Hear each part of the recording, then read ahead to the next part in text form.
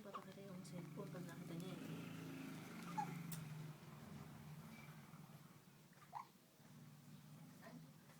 Ay, dalawang kamay na nakapasok. Oh. Sabi niya, Ayan, sige na, dual na. ulit-ulit yan. Sarap. Ay, naghilamos mo na siya. Tsura yun. Oh, ayun na naman, bad trip ka na naman. Mhm. Ayun. Oh, hindi daw Sipak ganun. na lahat. Hindi kasi yung lalaki, yung kasing yung tuturo, tsaka yung gitna. Ayan, oh. Eh, pag yung tuturo, Ayaw niya. Ay, gusto niya yung tuturo, tsaka gitna. Dalawa yan nakapasok. eh, Pag ito, ayaw niya. mas nainam ito dahil maikli lang. Pag Eh, ito, ayaw nga eh. Ayaw nga niya. Ayan kasi ibang yan, nasusunod, dual siya. Naduduwal siya niyan. Mahaba yan eh. Pag namali ka na sundot, madudual ka pa eh. Tanggal na naman. Magpunta pa sa ilong mo. Tanggal na naman. Bad trip na naman yan. Kasi, Ayan o. ang galing magalit. Ayan, laki ng bibig mo na. Huwag na, tama na. Eh, Ay, gusto ang niya laki eh. na oh. Ito ang gusto ko eh. Uy, sarap po. Uy. Sarap yan. Parang mamumuya ng daliri eh. Parang ngumuya ng taba. Taba ng karne. Sarap po.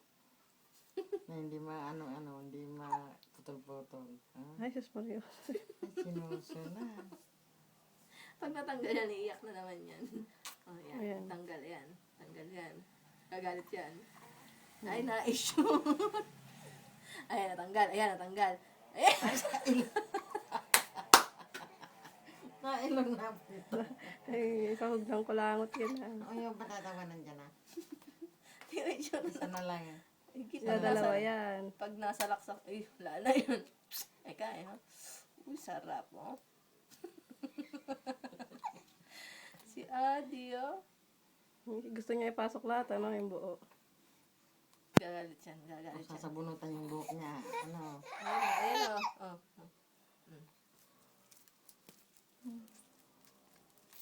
Gawin mo yan sa jeep. Ay, sus. Parang hindi pinapadedi ah. Oh, Tulog pa. tanggal. Tanggal na naman. Ay, yung kabila.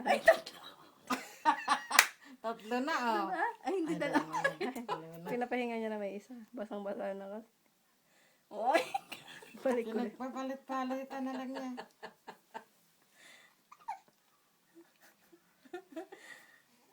Nakatingin ba dyan?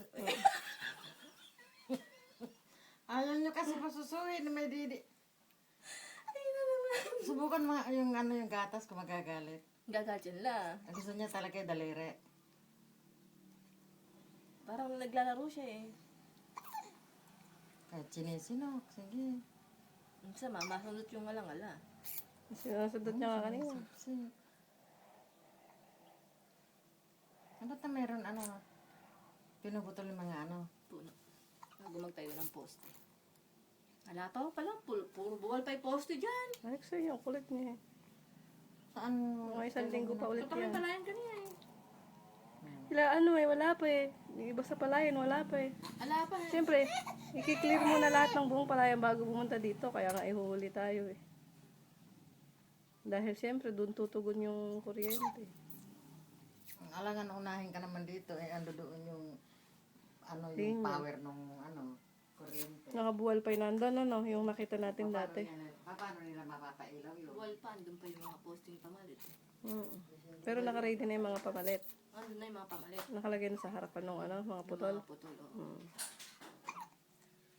Kahit sa palayan, ganoon din. Nakalagay pa lang yung mga posting pamalit. Doon sila sa may kurba. Nag-aayos. Nak, tama na ano. Kalat sila eh. Meron sa kurba. Meron doon sa may sementeryo. Meron sa may palayan. Sa mismong palayan. Anak ko, tama na. Ay, Diyos ko, ang laki na ng bunganga mo. Kaya okay lang din yung bumili tayong generator. Mm. Eh kung nakinig pala tayo sa namin na magkakakuryente na sa isang araw. No? Pwede nga nga. Mga 2 araw na ay kaya, siguro. Eka, Bumili ba ako ng akari, ano? nakaring. Yung electric fan. Hindi na rin. Ganun din. Saan nga magcha-charge? Ganun din. Iisip ko din naman, magagamit din naman yun pag nawala ng kuryente. At na, may mga bata tayo. Yun. Hindi kaya plancha.